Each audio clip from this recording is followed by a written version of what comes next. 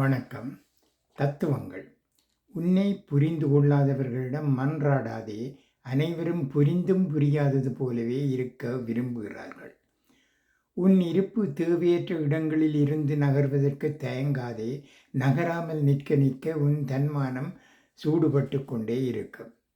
வேண்டாமென மறுப்பவர்களுக்கு பிடிவாதமாக நீ தரும் முக்கியத்துவங்களால்தான் புறக்கணிப்பை பெறுகிறாய். உன்னை விரும்பாதவர்கள் எவரும் மோசமான மனிதர்கள் இல்லை, அவர்கள் உன்னை விரும்பவில்லை, அவ்வளவுதான்.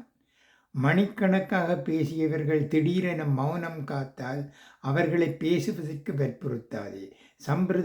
சம்பிரதாயமான குரலை விட மௌனமே சிறந்தது.